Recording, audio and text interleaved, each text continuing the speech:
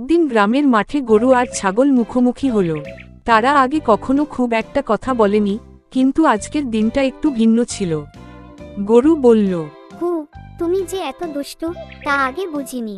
সব সময় ঝোপে লাফাও, মানুষকে ভয় দেখাও, আর চুপি চুপি বাগানের সবজিও খাও। এটা কি ঠিক? ছাগল বলল, ও মা, আমি আবার দুষ্টু? আমি তো কেবল একটু মজা করি। সব সময় ঘাস খেয়ে দিন কাটাতে পারি না ভাই। তাছাড়া গরু ভাই, আপনি তো শুধু চিবিয়ে চিবিয়ে খেয়ে যান।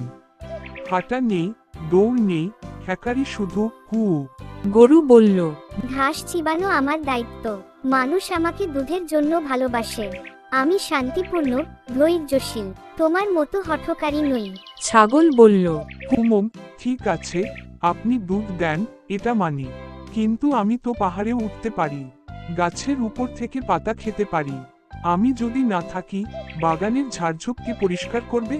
গরু একটু থেমে বলল, তোমার কথায় যুক্তি আছে, তবে তুমি মাঝে মাঝে মানুষের জামা খেয়ে ফেলো না। সেদিন ছোট্ট বাবুর নতুন জামাটা খেয়েছিলে, মনে আছে? ছাগল হেসে বলল, আহা, কি করি বলো? জামাটা ছিল সবুজ পাতা রঙের, আর আমি তো দূর থেকে পাতাই ভেবেছিলাম। আমার ভুল ছিল, কিন্তু মনে কষ্ট নেই। তাদের কথা শুনে পাশে দাঁড়ানো হাঁস বলল, তোমরা দুজনেই খুব গুরুত্বপূর্ণ।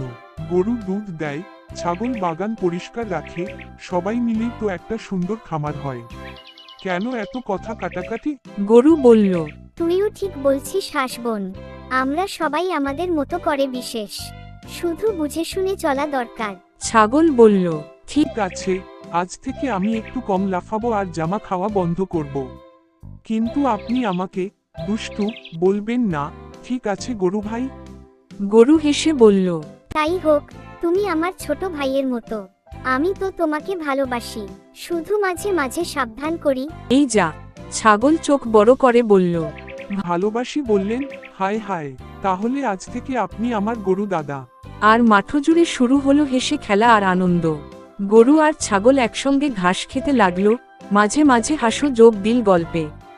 গ্রামের শিশুরা সেই দৃশ্য দেখে হাসতে হাসতে বলল, গরু দাদা আর ছাগল ভাই, তোমরাই সেরা।